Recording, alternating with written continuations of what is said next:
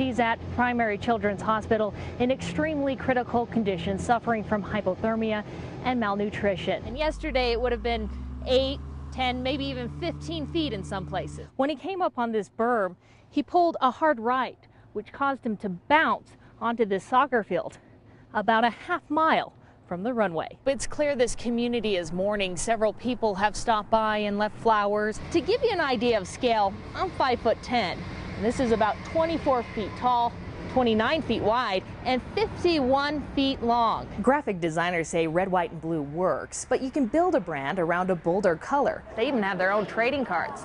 Check these out. That one's cool. These were the homes hit hardest by the flood. Their yards used to be grass, now they're just mud. They've had to take out a lot of things from their basements. The mud, muck, and debris washed over roads in a matter of minutes.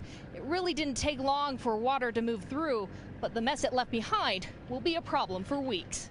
We're kind of notorious for flash flooding around here, so it happens, but I've never seen it back up the whole town like this. This is pretty unheard of, so. Nearly an inch of rain fell in 20 minutes. The water came on so hard and fast in Helper, all people could do is watch as it flooded Main Street. And just basically swished in and took all of the mud. We had about 6 inches total. The water came through here with such force it ripped this door in half and flooded the basement. A woman trapped inside had to swim to the stairs to get out. Everything down there was floating. I mean, TV, it was devastated. Justin Wild heard his basement window burst and saw the mud fill to the ceiling in a matter of minutes. We've lost a lot of them. So family heirlooms, we've lost a lot. And with so much lost, the focus now is on salvaging what's left. We're just sweeping out the mud, pressure washing the garage floor down, just to get it all pushed out, and then we'll regrade and level after. But many homeowners say they found out after the storm they don't have flood insurance coverage. And even though the county expects federal assistance, it's help that feels very far away.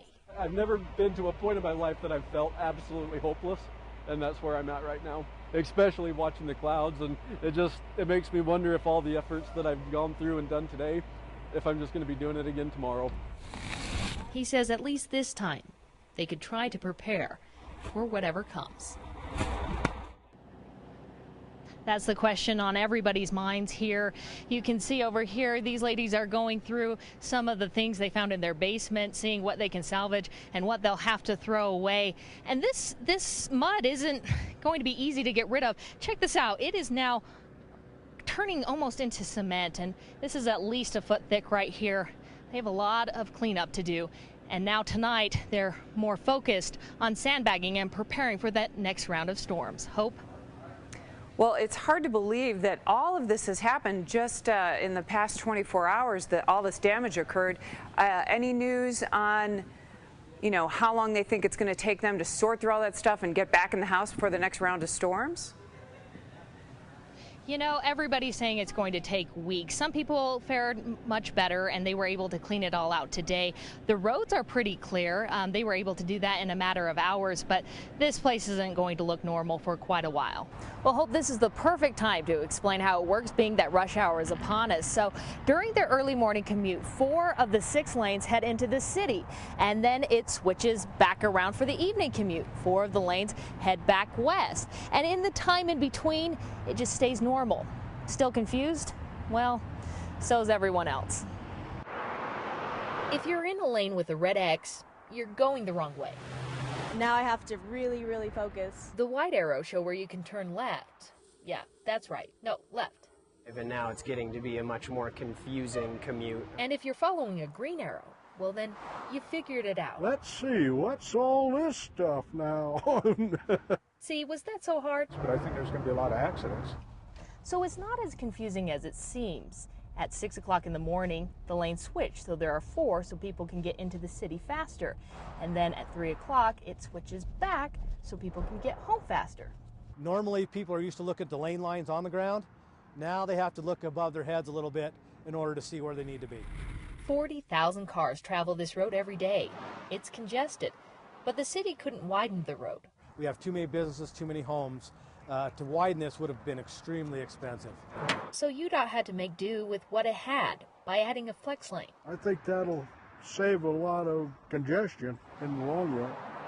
Many drivers don't like the flex lane now, but if it means they'll get home faster, well then, they'll be flexible too. I think it's a good idea. It definitely gets busy here during like rush hour, peak hours. The $5 million project is expected to save every driver a couple of minutes coming and going, and it took about 3 years to build. Bob, Hope? All right, but Ashton, it may take folks a little time to figure it out, don't you think? Oh yeah, it's going to take me a while. I'm going to admit it. Maybe I shouldn't say this on live TV, but there are some red arrows, and I'm just not sure if I was supposed to go or not supposed to go, and I went. So, but you know, red means bad, and I know that. All right, Ashton, thank you for your honesty. Yeah, well.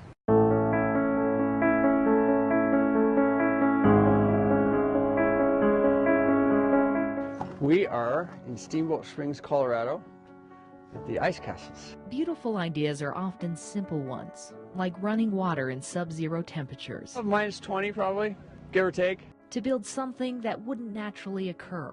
Yes, it's man-made in the sense that we kind of promote it. We put the icicles and we build these formations. It's pulled apart and pasted together to look like something you've only seen in the movies. It feels like being in a glacier or being inside the, Narnia castle or whatever. It's like a fort made of ice. And though the building materials are fragile, the structure is like concrete. I'm breaking up the ice chunks so it's easier to walk on. You build it up all night and then you come back and smash it to pieces. We have an ice farm where we grow thousands of icicles at a time. And we'll have people that harvest those and put them into bags for us. We'll add new ice to the structures and put more water on them when it's cold. We'll add a couple feet here and a couple feet there, and before too long, it's transformed itself over a week or two. The ice is then planted. Yeah, these are just super cool. Layer upon layer to eventually become 40-foot castle walls. And they're big and solid. It's a little bit of a challenge to kind of picture how it's going to grow, but it's also kind of fun. This is just so cool. And to think it all got started in some guy's backyard in Pleasant Grove. It's really grown from there. They now have a couple of locations across the country, and they haven't ruled out the idea of coming back to Utah.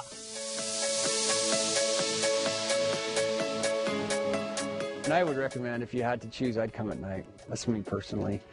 Just because then you feel like you're nowhere else. You feel like you're in a different, in a different world almost.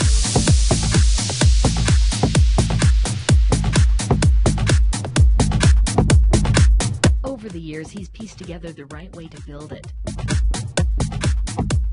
If somebody couldn't see it, it's one of those things that you would say a picture wouldn't even capture the detail of how pretty it really is. I have never seen anything like it before. It's an amazing art form. Most of the art happens overnight. And they're easy to put them in any formation you want. As the ice farmers plant the icicles and let them grow. Walls can only go vertical for so long. We need to actually fill in this space in between them. Like the ice, the operation has grown more complex. The castles that were once in Alpine and Midway Sometimes when it gets this cold, they don't want to stick. They pop off as they freeze. Are now in Steamboat Springs, Colorado, and Minneapolis, Minnesota. Now, to our defense, it was a good idea that we pulled out of Utah the year that we did, because had we tried to do one in Utah last year, it would have utterly failed because of the weather. Christensen won't say where he plans to build next year.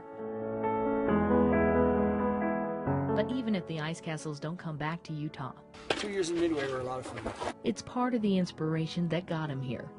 And that's the point. Ashton Goodell, Fox 13 News, Utah.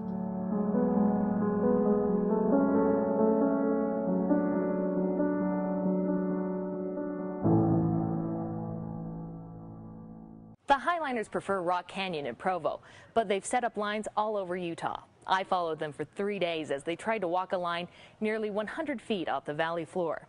It didn't take long to figure out it's not as easy as they make it look. Wind adds a whole different element. so hard to walk a line in wind. Pray to the wind gods. I mean, you push through it and you walk the line because that's what we're here to do. Why does it feel so weird? Each rig usually takes an hour or more, and they don't know if it'll work. I don't know, man. Until they feel it.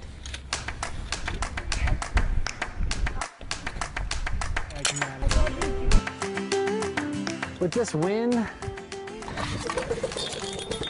it's like walking on, well, it's like walking on a rope during an earthquake, I guess. After one walk, the wind forces them to call it a day.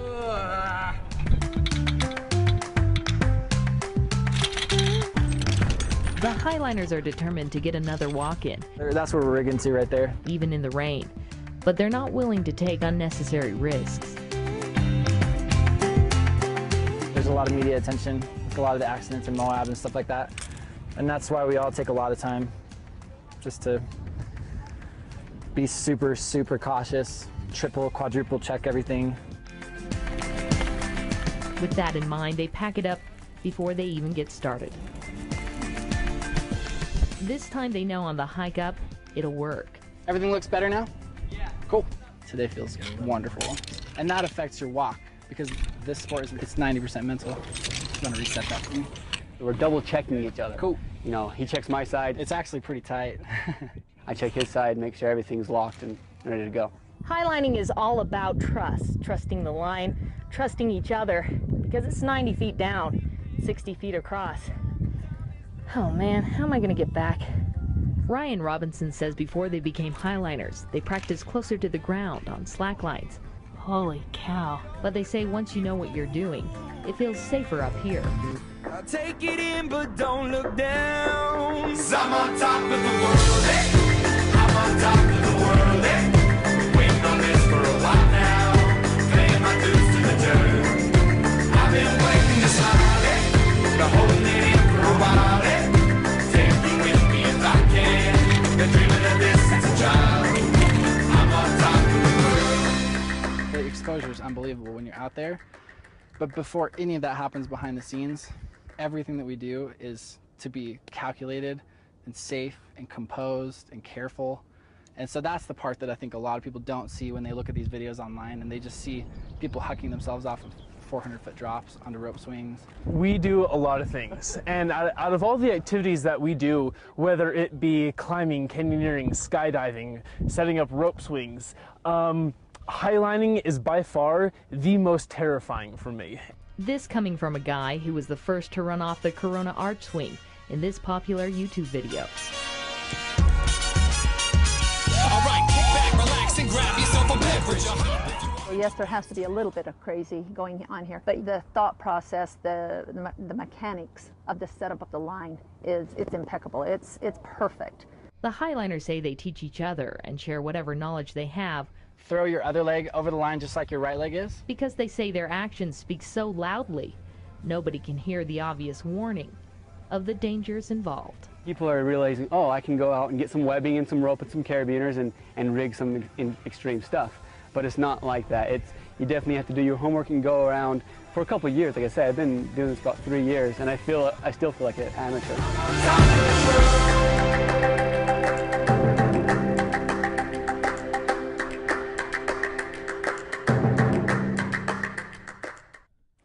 Highlining is dangerous, but not illegal in Utah's canyons. The experts recommend people start on slack lines and always go out with an experienced canyoneer. In studio, Ashton Goodell, Fox 13 News, Utah.